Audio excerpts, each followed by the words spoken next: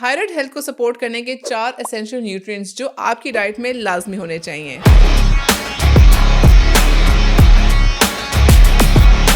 क्या आपको अक्सर ऐसा लगता है कि पूरी नींद लेने के बावजूद भी थकावट खत्म नहीं हो रही, वेट बिना किसी खास वजह के बढ़ा जा रहा है, ठंड आपको दूसरों से ज्यादा महसूस होती है और रोजमर्रा के काम के लिए भी एनर्जी कम लगती है? अक्सर हम इन तब्दीलियों को स्ट्रेस या बिजी रूटीन का हिस्सा समझकर इग्नोर कर देते हैं, लेकिन जब ये सिम्टम्स मुसलसल रहने लगते हैं तो कभी कभी इनके पीछे हाइपोथायराइडिज्म यानी कि थायराइड ग्लैंड के कम एक्टिव होने का भी एक अहम वजह हो सकती है। This is one of the reasons, not all of the reasons. Thyroid gland body के मेटाबॉलिज्म को रेगुलेट करता है, यानी ये डिसाइड करता है कि आपका खाना किस हद तक एफिशिएंटली एनर्जी में कन्वर्ट होगा। जब ये फंक्शन स्लो हो जाता है तो मेटाबॉलिक रेट कम हो जाता है, जिसका सीधा असर weight gain, fatigue, hormonal imbalance पर पड़ता है। अब अगला सवाल ये है कि थायराइड को अपना काम करने के लिए ग़िज़ा से क्या चाहिए। सबसे पहले बात करते हैं आयोडीन की। आयोडीन को थायराइड हार्मोन्स का बेसिक रॉ मटेरियल समझा जाता है। थायराइड ग्लैंड इसी आयोडीन को इस्तेमाल करके T3 और T4 हार्मोन्स बनाता है। अगर डाइट में आयोडीन बहुत कम हो तो थायराइड हार्मोन्स की प्रोडक्शन मुतासर हो सकती है। एडल्ट्स को कम से कम तौर पे रोजाना तकरीबन 150 माइक्रोग्राम आयोडीन की जरूरत होती है, जो आयोडाइज्ड सॉल्ट और डेयरी प्रोडक्ट्स, एग्स और सी फूड जैसे फूड से हासिल हो सकता है। लेकिन यहाँ एक गलती नहीं करनी चाहिए। अगर आयोडीन थायराइड के लिए जरूरी है तो इसका मतलब ये नहीं कि ज्यादा आयोडीन लेना फायदा देगा। आयोडीन की कमी और ज्यादती दोनों थायराइड को डिस्टर्ब कर सकते हैं, इसीलिए आयोडीन सप्लीमेंट्स डॉक्टर के मशवरे के बगैर मुनासिब नहीं है लेना। अब मान लीजिए थायराइड ने हार्मोन बना लिया, लेकिन बॉडी को उस हार्मोन को एफिशिएंटली यूज भी तो करना है,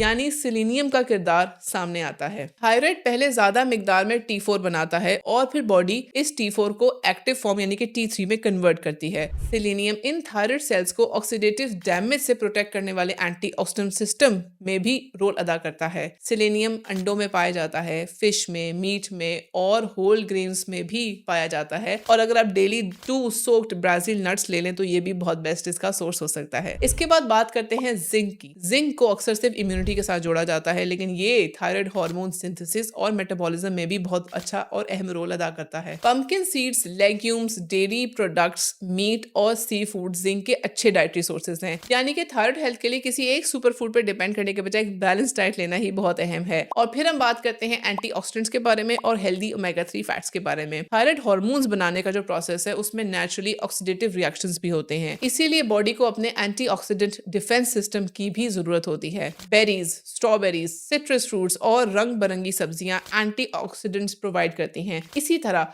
fatty fish omega 3 fatty acids का अच्छा सोर्स होती हैं, जबकि chia seeds, flax seeds plant based ALA omega 3 provide करते हैं। ये फूड्स ओवरऑल मेटाबॉलिक और कार्डियोवैस्कुलर हेल्थ को सपोर्ट करते हैं। लेकिन यहाँ सबसे जरूरी बात समझना बहुत अहम है। थायराइड की प्रॉब्लम सिर्फ कुछ फूड्स खाकर ठीक नहीं की जा सकती। हाइपोथायराइडिज्म को कंफर्म करने के लिए कुछ ब्लड टेस्ट होते हैं, जिनमें TSH और फ्री T4 सेल्स शामिल हैं। अगर थायराइड डिसऑर्डर डायग्नोज हो जाए तो हेल्दी डाइट प्रिस्क्राइब ट्रीटमेंट को सपोर्ट कर सकती है, रिप्लेस नहीं कर सकती। याद रखिए, थायराइड छोटा सा ग्लैंड जरूर है, लेकिन जब इसका बैलेंस बिगड़ जाता है तो अक्सर पूरी बॉडी महसूस कर सकती है। इसीलिए सिम्टम्स को इग्नोर करने के बजाय सही तशखीस, बैलेंस न्यूट्रिशन और डॉक्टर की रहनुमाई को अपनी थायराइड हेल्थ की बुनियाद का हिस्सा बनाइए।